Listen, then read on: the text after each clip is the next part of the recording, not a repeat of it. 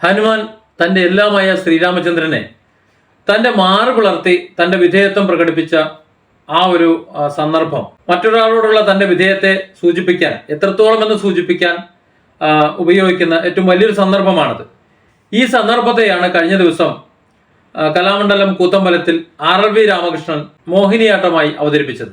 കലാമണ്ഡലം കൂത്തമ്പലം എന്നത് RLV രാമകൃഷ്ണനെ സംബന്ധിച്ചിടത്തോളം ഒരു സ്വപ്നഭൂമിയാണ്. തൻ്റെ ഒരു ആഗ്രഹ പൂർത്തീകരണത്തിന് അല്ലെങ്കിൽ ഒരു അഭിലാഷമാണ് അവിടെ ഒരു നൃത്തം അവതരിപ്പിക്കുക എന്നുള്ളത്. അത് RLV രാമകൃഷ്ണൻ മാത്രമല്ല, കലാരംഗത്ത് പ്രവർത്തിക്കുന്ന, നൃത്തരംഗത്ത് പ്രവർത്തിക്കുന്ന എല്ലാ വ്യക്തികളുടെയും ആഗ്രഹമാണ് കലാമണ്ഡലം കൂത്തമ്പലം എന്ന് പറയുന്നത്.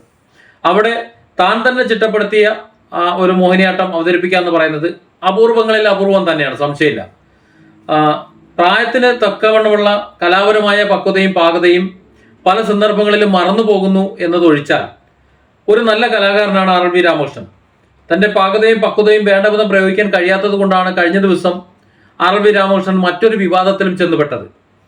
സുരേഷ് ഗോപി ഇദ്ദേഹത്തിൻ്റെ ഈ അവഹേളനത്തിൽ അദ്ദേഹത്തിന് വേദനയുണ്ട്. ആ വേദനയിൽ അദ്ദേഹം ഒരു ആശ്വാസമാകട്ടെ എന്ന് കരുതി RLV രാമകൃഷ്ണനെ തൻ്റെ കുടുംബക്ഷേത്രത്തിൽ മോഹിനിയാട്ടം അവതരിപ്പിക്കാൻ വേണ്ടി ക്ഷണിക്കുകയും RLV രാമകൃഷ്ണൻ ചെല്ലാന്ന് ഏൽക്കുകയും ചെയ്തതാണ്. അതിനാവശ്യമായ പ്രതിഫലം എത്രയാണെങ്കിൽ ആ പ്രതിഫലം എത്തിച്ചു കൊടുക്കാമെന്ന് പറഞ്ഞിരുന്നു. അതൊക്കെ സമ്മതിച്ചെങ്കിലും പിന്നീട് RLV രാമകൃഷ്ണൻ തനിക്കത് പറ്റില്ല എന്നും തനിക്ക് ഇത്തരത്തിലുള്ള അവസരങ്ങളല്ല വേണ്ടതെന്നും അത് വേണ്ടുവോളം ഉണ്ട് എന്നും സിനിമയിൽ പറ്റുമെങ്കിൽ തനിക്ക് പേരെടുക്കാൻ പറ്റുന്ന രീതിയിലുള്ള വേഷങ്ങളും സാഹചര്യങ്ങളും ഒരുക്കാൻ പറ്റുന്നുണ്ടെങ്കിൽ അതാണ് തനിക്ക് വേണ്ടതെന്നും പരസ്യമായി പറയുകയുണ്ടായി. സുരേഷ് ഗോപി തനിക്ക് പറ്റുന്ന ഒരു അവസരം ഒരുക്കിയപ്പോൾ ആ അവസരത്തിലൂടെ പിടിച്ചു കയറുന്നതിന് പകരം അല്ലെങ്കിൽ സ്വകാര്യമായി സംസാരിക്കുന്നതിന് പകരം അത്തരത്തിലൊരു പരസ്യ പ്രസ്താവന നടത്തുകയും മാത്രമല്ല സുരേഷ് ഗോപിയും അദ്ദേഹവുമായിട്ടുള്ള സംസാരം മറ്റു പത്രക്കാർ അവരുടെ സ്വകാര്യ സംസാരമാണ്, അത് കേൾക്കാൻ വേണ്ടിയിട്ട് പത്രക്കാരുടെ പ്രേരണ കൊണ്ട് സ്പീക്കർ ഫോണിൽ ഇടുകയും ചെയ്തു. ഇതാണ് ഞാൻ നേരത്തെ പറഞ്ഞത്. അദ്ദേഹത്തിന് കലാപരമായ കാര്യങ്ങൾ അവതരിപ്പിക്കുമ്പോൾ നല്ല പക്വതയുണ്ടെങ്കിലും അത് പ്രകടിപ്പിക്കുന്നതിൽ, മറ്റുള്ളവരുടെ മുന്നിൽ അവതരിപ്പിക്കുന്നതിൽ അല്ലെങ്കിൽ മറ്റുള്ളവരോട് ആശയവിനിമയം നടത്തുന്നതിൽ ആവശ്യമായ പക്വതയും പാകതയും കാണിക്കുന്നില്ല എന്ന് പറഞ്ഞു. രണ്ടുപേരുടെ സ്വകാര്യ സംഭാഷണമാണ്. ആ സംഭാഷണം മറ്റുള്ളവരുടെ മുന്നിൽ സ്പീക്കർ ഫോൺ ഇട്ട് കേൾപ്പിക്കുന്നത് തന്നെ ഒരു മോശം പ്രവണതയാണ്. പക്ഷെ അങ്ങനെയൊക്കെ ആണെങ്കിലും വർണ്ണവിവേചനം അല്ലെങ്കിൽ കാക്കയേക്കാൾ കറുപ്പാണ് അല്ലെങ്കിൽ വൃത്തികേടാണ്, കാല് കവച്ചു വെച്ച് കഴിഞ്ഞാൽ കാണാൻ കൊള്ളില്ല എന്ന രീതിയിലൊക്കെ ഒരു വ്യക്തി ആക്ഷേപം കേൾക്കേണ്ടി വന്ന ഒരു കലാകാരൻ എന്ന നിലയിൽ, അതൊരു പക്ഷേ പേരെടുത്ത് പറഞ്ഞിട്ടില്ല എന്നുണ്ടെങ്കിലും ചാലക്കുടിയിൽ ഉള്ള നൃത്താധ്യാപകൻ എന്ന് വിശേഷിക്കപ്പെടുന്ന എവിടെ നിന്നൊക്കെയോ എന്തൊക്കെയോ പഠിച്ചിട്ടുണ്ട് എന്നൊക്കെ പറയപ്പെടുന്ന എന്നൊക്കെ രീതിയിൽ പറയുമ്പോൾ ചാലക്കുടിയിൽ മറ്റൊരാളില്ല എന്നുണ്ടെങ്കിൽ സ്വാഭാവികമായും RLV രാമകൃഷ്ണനെ തന്നെയാണ് സംശയിക്കേണ്ടത്. അപ്പോൾ ഉദാഹരണങ്ങൾ പറയുമ്പോൾ ഞാൻ പറഞ്ഞിട്ടില്ലല്ലോ, പേര് പറഞ്ഞിട്ടില്ലല്ലോ എന്ന് സാങ്കേതികമായി ഒരു പക്ഷേ കോടതിയിൽ പറയാമായിരിക്കാം. പക്ഷെ ഒരു സമൂഹത്തിന് മുഴുവൻ മനസ്സിലായി ഇത് ആരെയാണ് ഉദ്ദേശിക്കുന്നത് എന്ന്. ആ അർത്ഥത്തിൽ വളരെ വിവേചനം, വളരെ മാനഹാനി സംഭവിച്ചിട്ടുള്ള ഒരു കലാകാരൻ എന്ന നിലയിൽ അദ്ദേഹത്തിൻ്റെ കഴിവ് കലാമണ്ഡലത്തിൻ്റെ ഒരു വേദിയിൽ കൂത്തരങ്ങിൽ തന്നെ പ്രകടിപ്പിക്കാൻ, അത് ആസ്വദിക്കാൻ അവസരമൊരുക്കിയ ഒരു വിഭാഗമുണ്ട്. അവരെ അഭിനന്ദിക്കുന്നു. കാര്യം ഇത്തരത്തിൽ അവഗണിക്കപ്പെടുന്ന കലാകാരന്മാർ അവർ അർഹതയുള്ള സ്ഥലങ്ങളിലേക്ക് എത്തിച്ചേരണം.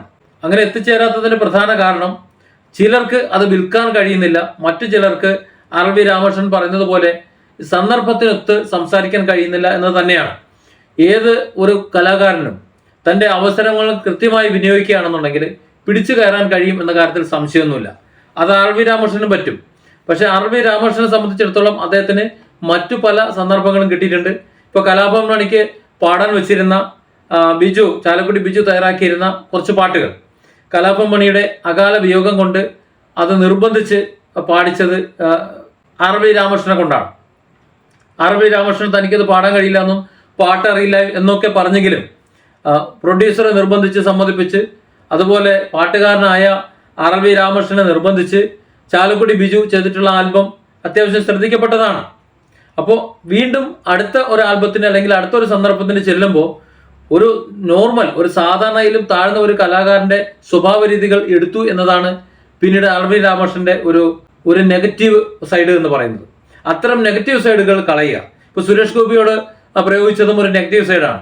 അപ്പോൾ കല എന്ന് പറയുന്നത്, തൻ്റെ കല മറ്റുള്ളവർ അംഗീകരിക്കപ്പെടണമെന്നുണ്ടെങ്കിൽ ആ കലയോട് ആത്മാർത്ഥമായ സ്നേഹം ഉണ്ടാകുകയും അത് അവതരിപ്പിക്കാൻ തൻ്റെ അന്തസ്സും അഭിമാനവും തകരാത്ത വിധം അതിനെ പരിപോഷിപ്പിക്കുന്ന, പ്രോത്സാഹിപ്പിക്കുന്ന ഏത് വേദിയിലും അവതരിപ്പിക്കാൻ അത് തയ്യാറാകുകയും പ്രോത്സാഹിപ്പിക്കുന്ന ആരുടെ പ്രോത്സാഹനവും അത് കക്ഷി രാഷ്ട്രീയ മറ്റ് കാര്യങ്ങൾ ഒന്നും മറ്റ് കാര്യങ്ങളെല്ലാം അതുപോലെയുള്ള വിവേചനങ്ങളെല്ലാം ഒഴിവാക്കി ആര് തരുന്നുവോ അത് സ്വീകരിച്ചുകൊണ്ട് നന്ദി വാക്ക് പറയാനും ഒരു കലാകാരൻ ശ്രദ്ധിക്കുമ്പോഴും ശ്രമിക്കുമ്പോഴും മാത്രമാണ് അവർ വിജയിച്ചു വരുന്നത്. ആ അർത്ഥത്തിൽ RV രാമകൃഷ്ണൻ ഒരു അല്പം കൂടി വളരാനുണ്ട് എന്ന് പറയാതിരിക്കാൻ വയ്യ. ഏതായാലും കലാമണ്ഡലം എന്ന ഒരു വേദി അദ്ദേഹത്തെ സംബന്ധിച്ചിടത്തോളം ഒരു അനുഗ്രഹീത വേദിയാണ്. അദ്ദേഹം സ്വന്തമായി ചിട്ടപ്പെടുത്തിയ മോഹിനിയാട്ട ചുവടുകൾ തന്നെയാണ് അവിടെ അവതരിപ്പിച്ചത് എന്ന് മനസ്സിലാകുന്നു. അതിലും വളരെ സന്തോഷം. ശ്രദ്ധിക്കപ്പെട്ട ഒരു കലാകാരൻ എന്ന നിലയിൽ കൂടുതൽ വളർച്ചയിലേക്ക് അദ്ദേഹത്തിന് പോകാൻ കഴിയട്ടെ. അദ്ദേഹത്തിന്റെ കലാപരമായ യശസ് ഈ ലോകം നിലനിൽക്കുന്നിടത്തോളം കാലം ഓർമ്മിക്കാൻ ഇടവരട്ടെ എന്നും ആശംസിക്കുന്നു.